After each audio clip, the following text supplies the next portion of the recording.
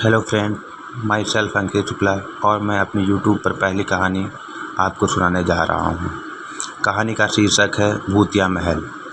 ये कहानी उस समय की है जब लोग नगरीय जीवन से दूर गांव में अपना जीवन यापन करते थे।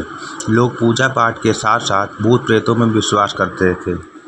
कहानी भारत के उत्तर प्रदेश के ज़िले की है। सीतापुर ज़िले में गोमती नदी के तट के पास हमीरपुर का नाम का एक गांव था, जहाँ के लोग काफ़ी पूजा पाठ में विश्वास करते थे। वह गांव में पूजा पाठ आए दिन हुआ करती थी।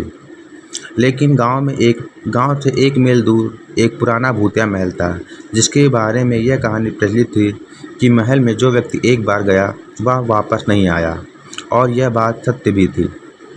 कई लोग उस महल से जाने के बाद वापस नहीं आए। उसी गांव में पंडित राम किशोर नाम का एक व्यक्ति रहता था।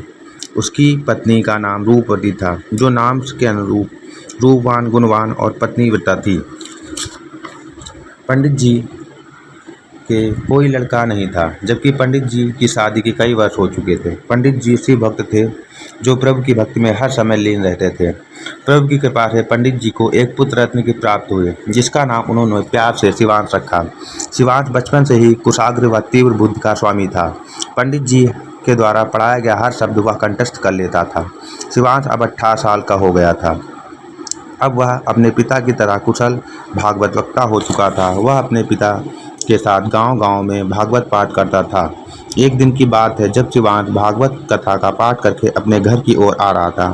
रात हो चुकी थी, समय लगभग 8 बजे थे रात्रि के, और दुर्भाग्यवश शिवांश चलते चलते उसी भूतिया महल में पहुंचा।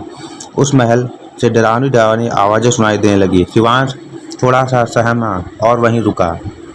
अब क्या शिवांश उस महल से प्रवेश करेगा?